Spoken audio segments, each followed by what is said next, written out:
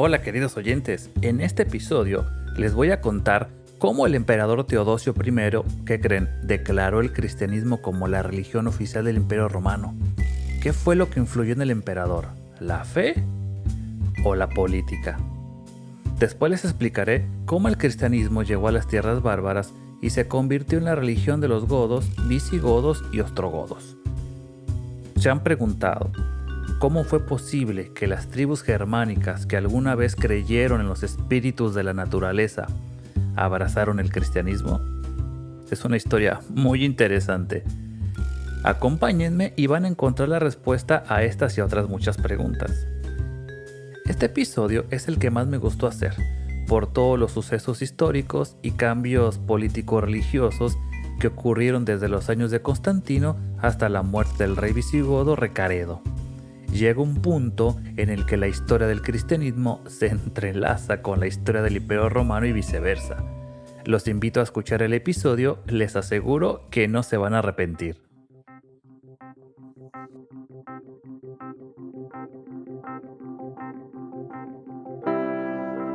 Durante sus primeros 3 siglos de vida, el cristianismo pasó casi desapercibido para las autoridades romanas, sobre todo para el emperador. Acontecimientos como la persecución de Diocleciano en el 303, la promulgación del Edicto de Milán en el 313 y la celebración del Concilio de Nicea en el 325 se encargaron de poner al cristianismo en el radar del poder. Constantino fue el primer emperador que vio en el cristianismo un medio para asegurar la unificación de su reino. Aunque Constantino no se dio cuenta, sembró en Roma la semilla del cristianismo. Al morir, su territorio quedó repartido entre sus 3 hijos, Constancio, Constante y Constantino II. Los hijos de Constantino continuaron con las políticas de unificación de su padre. Desafortunadamente, lo único que lograron estos chicos fue motivar en sus seguidores cristianos un movimiento antipagano y beneficiar, como no, a los altos mandos eclesiásticos. A pesar de que las iglesias fueron las más beneficiadas con la actitud de los emperadores, la unificación nunca llegó y las diferencias entre las iglesias se hicieron insalvables. Los desacuerdos eclesiásticos desataron un importante conflicto doctrinal que dividió a las iglesias en 2 grandes grupos, el occidental católico y el oriental arriano. Lo que a primera vista parece un tema para obispos y para los teólogos fue en realidad un conflicto político entre los emperadores. Acá no nos interesa si el hijo se subordina al padre o viceversa. A los emperadores lo que les importa en ese momento es definir un credo ortodoxo que les sirviera a sus intereses políticos. Por ejemplo, Constancio, como emperador de la parte oriental, dio el primer paso hacia una posible unificación. En el 343 envió para Occidente una delegación de obispos para concretar una cita con su hermano Constante. La delegación no fue recibida, pero se acordó tiempo después realizar un concilio en la ciudad de Sérdica. Sérdica actualmente es la ciudad de Sofía, capital de la República de Bulgaria, para que nos ubiquemos un poquito. El resultado de este concilio, supongo que ya se lo pueden imaginar. La Iglesia de Occidente no escuchó las demandas de la Iglesia de Oriente y les impuso el credo niceno-católico, o sea, el credo occidental. Esto no fue una victoria para los católicos como muchos piensan. La Iglesia de Occidente va a tener que esperar para cantar victoria. Constante murió en el 350 y en el 353 Constancio queda como único emperador. De inmediato, y al igual que su hermano, buscó imponer el credo arriano en ambas latitudes del imperio. Pero su inesperada muerte frustró sus planes. Antes de morir, designó a un emperador llamado Juliano. Pero Juliano tenía otros planes. No por nada lo llamaban Juliano el Apóstata.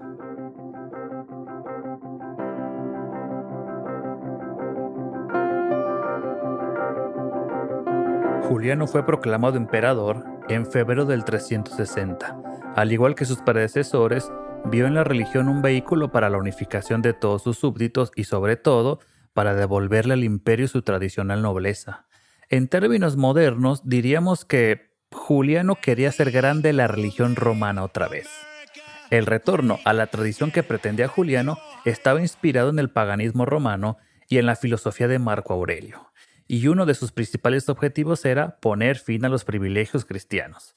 Lo primero que hizo Juliano fue reconstruir los templos tradicionales, retirar a los cristianos de la docencia y del ejército y confiscar los bienes a algunas iglesias. Pero el golpe de autoridad lo dio en el 362 cuando declaró entre comillas, la libertad religiosa de todas las facciones cristianas. Acá hago un importante paréntesis para explicar algo. La libertad religiosa a la que alude Juliano se debe interpretar entre líneas. Recordemos que a la muerte de Constancio hizo todo lo posible por posicionar el arrianismo sobre el catolicismo, lo que generó un clima hostil para los cristianos occidentales. Entonces, esta libertad a la que se refiere Juliano tiene un objetivo claro, que tanto nicenos como arrianos se aniquilen mutuamente para dar paso al paganismo romano. El paganismo de Juliano solo contribuyó al descontento de los ciudadanos. Por ejemplo, los antioqueños que ya venían sufriendo por la sequía, la escasez de grano y los altos precios de los alimentos, ahora tenían que vivir en un ambiente peligroso e inestable derivado del conflicto de los cristianos. Cabe mencionar que Juliano tampoco puso mucho de su parte. El pueblo se molestó cuando Juliano buscó en el templo de Apolo una solución a sus problemas. Una sociedad altamente cristianizada no vio con buenos ojos el paganismo del emperador. Casualmente, en el verano del 362, el templo de Apolo fue quemado. Juliano, como buen político, culpó a los cristianos y ordenó saquear y destruir la iglesia de la ciudad de Antioquía. Naturalmente, las ideas de Juliano no prosperaron. Algunos especialistas piensan que no contaba ni con el apoyo popular ni con el de la aristocracia romana, pero sobre todo porque el cristianismo tenía una sólida organización y desde hace tiempo había ocupado los altos cargos del gobierno. Era imposible que Juliano rompiera con todo esto de golpe. La idea que tenía Juliano de traer de nuevo al paganismo no tuvo éxito, principalmente por su prematura muerte en el frente persa el 27 de junio del 363. Los siguientes emperadores, Juliano y Valentiniano, la verdad que tampoco continuaron con las ideas paganas de Juliano, simplemente se mantuvieron al margen de la situación, no querían problemas. El paganismo romano no tardaría mucho en palmar. El emperador Graciano fue quien cortó los lazos que unían al emperador con la religión tradicional romana. Prohibió las reuniones y la enseñanza herética, quitó los subsidios para el mantenimiento de los templos, retiró la figura de la diosa Victoria de los edificios de gobierno y, no contento con eso, rechazó el manto de pontífice máximo que todos los emperadores habían usado desde la época de Augusto.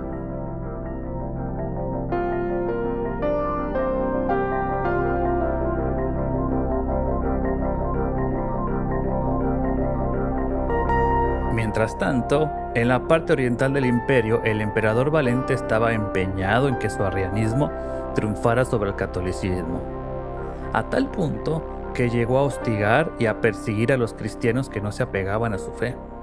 Pero todo va a cambiar en el 380 con Teodosio, personaje importantísimo en la cristianización del imperio.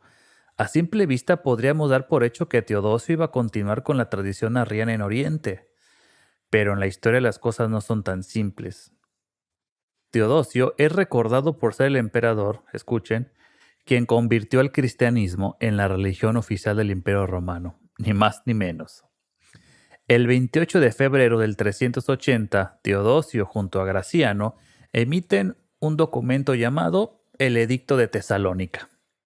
Ambos emperadores acuerdan imponer por decreto el credo niceno. Voy a leer un extracto de ese edicto, de ese documento tan importante. Quiero que pongan atención en la forma en que está redactado y en los elementos que se resaltan como importantes. Edicto al pueblo de Constantinopla. Deseamos que todos los pueblos a los que gobierna la moderación de nuestra clemencia se mantengan en la religión que ha transmitido a los romanos el santo apóstol Pedro. Religión que hasta el presente Se reconoce que él mismo la introdujo y a la que es claro que sigue el pontífice Damaso y Pedro, obispo de Alejandría. Esto es, que creamos según la disciplina apostólica y la doctrina evangélica en la divina unidad del Padre, del Hijo y del Espíritu Santo, piadosa Trinidad. Ordenamos que quienes siguen esta ley reciban el nombre de cristianos católicos, mientras que para los restantes dementes e insensatos que juzgan oportuno sostener la infamia del dogma herético, sus reuniones no reciban el nombre de iglesias. Sufrirán en primer lugar el castigo divino, después el castigo de nuestra acción. Algunos expertos piensan que el emperador Teodosio no actuó por un convencimiento propio, sino que estuvo fuertemente influenciado por el obispo Ambrosio de Milán, quien ya había estado en las cortes de Graciano y de Valentiniano II. La influencia de Ambrosio sobre el emperador Teodosio no se limitó únicamente a los asuntos doctrinales como los discutidos en el Edicto de Tesalónica o el Concilio de Constantinopla. También influyó directamente en las decisiones del emperador. El ejemplo que a mí me pareció más revelador de la influencia de Ambrosio sobre Teodosio se dio en la ciudad de Tesalónica en el 390. Las fuentes de la época revelan que un comandante militar se negó a participar en las carreras del hipódromo y en represalia la población lo asesinó. Teodosio, claramente molesto, no podía dejar pasar los actos de insubordinación. Ordenó que los ciudadanos responsables fueran ajusticiados sin un juicio previo. Ambrosio, desde fuera de la ciudad de Tesalónica, le escribió una carta al emperador donde le solicita que por favor le otorgue el perdón a los ciudadanos involucrados. El emperador se niega y los ciudadanos condenados son ejecutados según sus órdenes. Claro que Ambrosio no se quedó con los brazos cruzados. Condenó la actitud del emperador, lo excomulgó y le impidió el ingreso a la iglesia. Las revistas del corazón de la época dicen que encontraron al emperador bañado en lágrimas, solicitando el perdón de Ambrosio. Por primera vez en la historia, el emperador es sometido a las exigencias de la iglesia. Claro que fue una gran victoria para la iglesia occidental, lástima que fue la última victoria del siglo IV.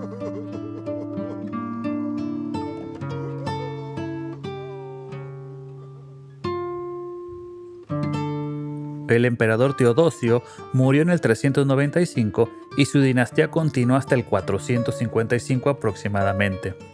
Primero con sus dos hijos, Honorio y Arcadio, y por último Constantino II, el emperador Juan y el emperador Valentiniano II. El último emperador del Imperio Romano de Occidente fue Rómulo Augustulo.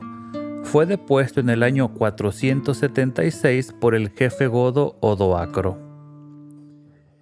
Este evento pone fin al Imperio Romano de Occidente y a la vez marca el punto de partida en el cual el cristianismo se vuelve influyente entre las tribus germánicas.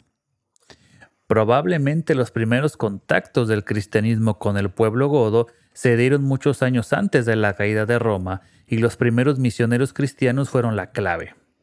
El éxito de los misioneros fue convertir a los principales líderes tribales para que el pueblo aceptara sin peros la nueva religión.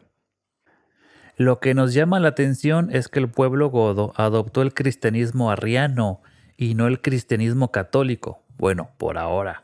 Se piensa que la explicación del por qué los godos se inclinaron por el arrianismo la podemos encontrar, por ejemplo, en la búsqueda de una identidad religiosa que los diferenciara de la población romana, que claramente se identificaba como población católica.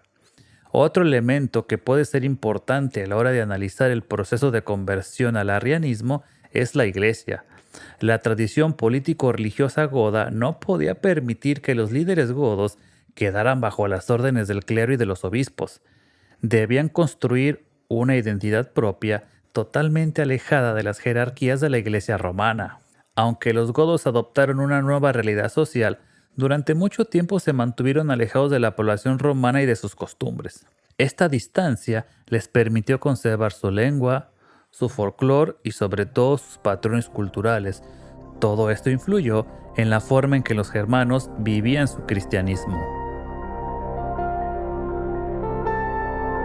Los godos fueron un pueblo germánico que originalmente ocupaba las regiones del norte de Europa.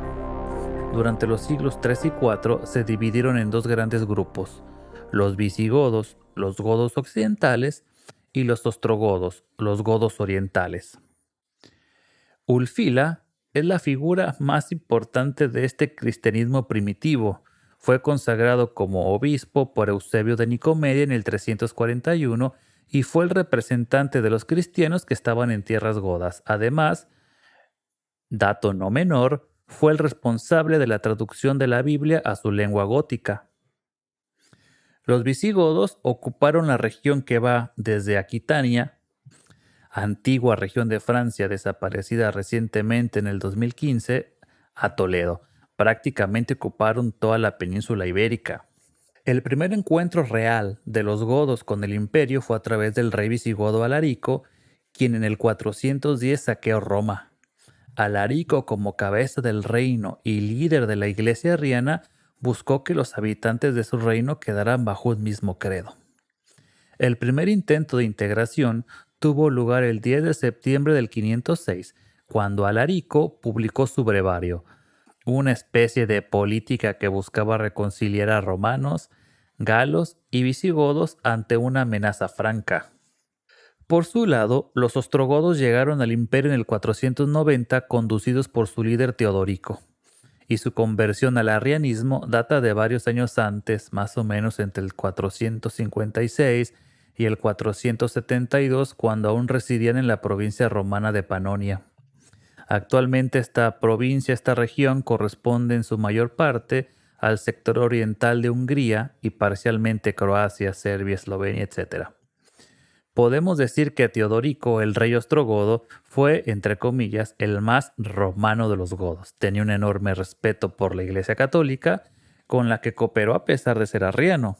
Pero este equilibrio se tambaleó en el 523 debido a una ley del emperador de Bizancio que excluía a los arrianos del servicio público. Teodorico no se guardó nada y reaccionó contra los católicos de su propio territorio.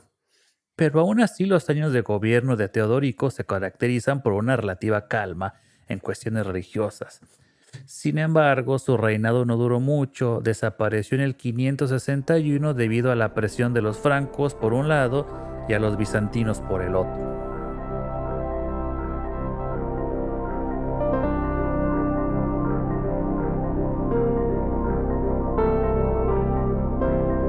Por su lado, el reino visigodo creció y se consolidó en la península ibérica. Los reyes visigodos, encerrados también en su arrianismo, se empeñaron en someter a su fe a todos sus súbditos. La actitud del rey desató varias revueltas e insurrecciones principalmente por parte de los cristianos católicos. Desde el 549 hasta el 589, el cristianismo católico no solo sobrevivió, sino que se fortaleció a medida que el arrianismo perdía poder. En el 571, Leovigildo queda como monarca único de los visigodos. Desde su llegada, su objetivo fue muy claro: ser el líder de una iglesia que fuera aceptada tanto por arrianos como por nicenos, es decir, por occidentales y por orientales. Leovigildo asoció al trono a sus dos hijos, Hermenegildo y Recaredo. Pero Hermenegildo tenía sus propios planes de grandeza. Traicionó a su padre, probablemente influenciado por los bizantinos, y se proclamó rey. Las cosas no le salieron muy bien a Hermenegildo, ya que sus aliados lo abandonaron y su padre lo exilió en Tarragona, donde fue asesinado años más tarde. Esto no afectó a Leovigildo, quien tenía puestas sus energías en la integración. En el 580 le encomendó a un grupo de obispos arrianos organizar un concilio que sirviera como un medio para integrar a las dos iglesias. Este concilio no salió como el rey lo esperaba.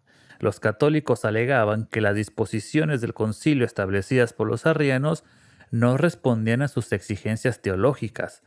No estaban de acuerdo en la nueva fórmula de fe que se presentó. Leovigildo no bajó la cabeza. Buscó por todos los medios llegar a concretar esta unificación. Incluso realizó actos de propaganda al orar en los sepulcros de los mártires y en los templos católicos. No se nos olvide que era arriano. Pero yo pienso que en el fondo Leovigildo sabía muy bien que su propuesta de unificación era una utopía. Leovigildo asumió que el credo arriano no sería aceptado por los católicos y sobre todo era consciente que el tiempo del arrianismo había pasado en Occidente y que se estaba abriendo el camino del reino católico visigodo.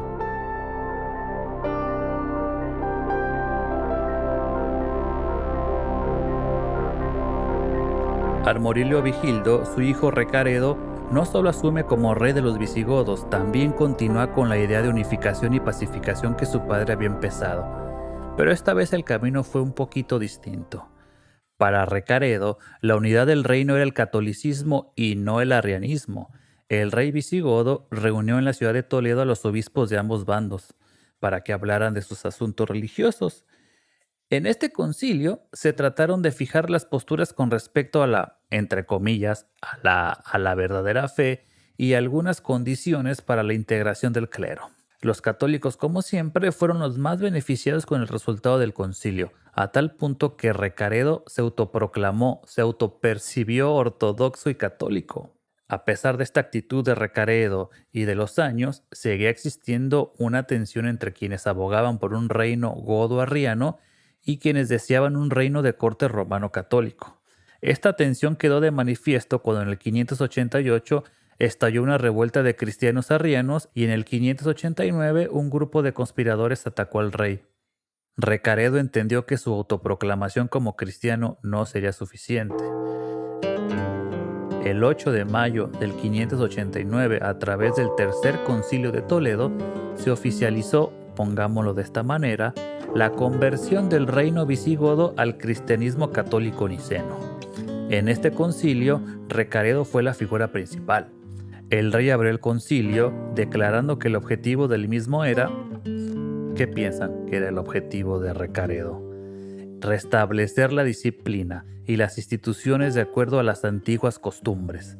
Además, en su declaración de fe hace pública la adopción del dogma niceno.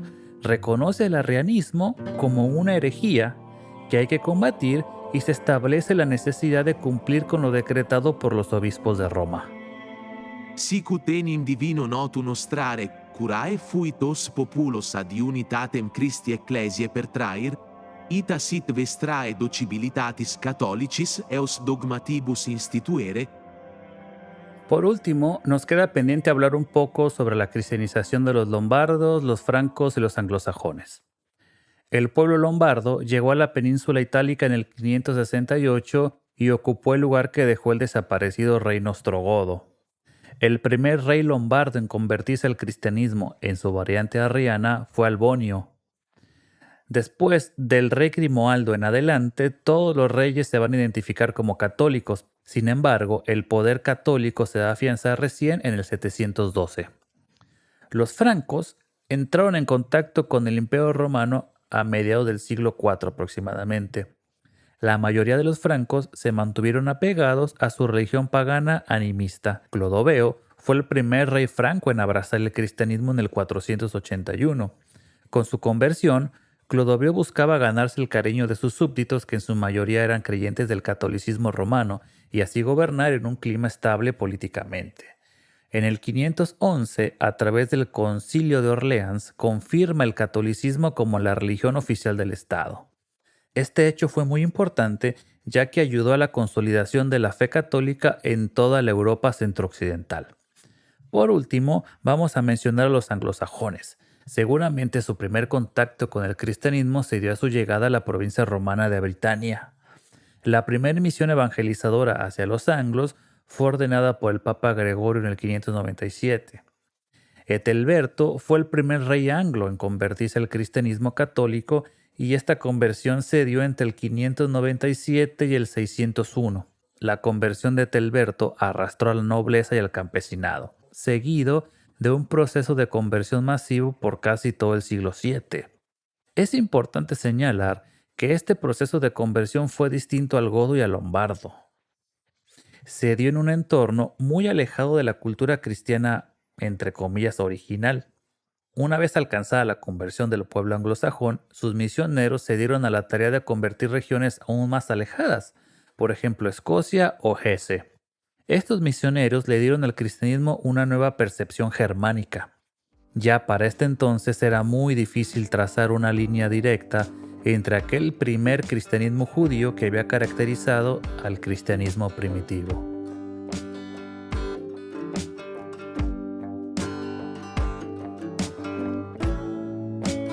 En este episodio hemos recorrido desde la decisión de Teodosio de hacer el cristianismo la religión oficial del Imperio Romano, hasta su adopción y adaptación por los pueblos germánicos.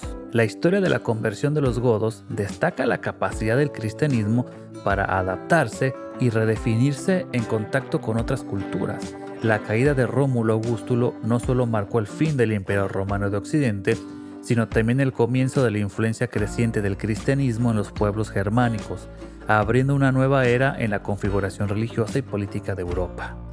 Si te gustó el episodio, me puedes invitar a un café a través de la plataforma Cafecito, tienes el link en la descripción. Si no puedes colaborar a través de la plataforma Cafecito, sígueme en mis redes sociales que me ayuda mucho, comparte el episodio, coméntalo con tus amigos. Y te quiero comentar que regularmente estoy publicando contenido relacionado con cada uno de los episodios. Me encuentras en Facebook, en Instagram y en Twitter, que ahora es X, como @brutotutambien. Para cualquier consulta, comentario, propuesta de episodio o incluso si deseas sumarte al proyecto, puedes escribirme al correo electrónico brutotutambien@gmail.com, que lo dejo en la descripción del episodio.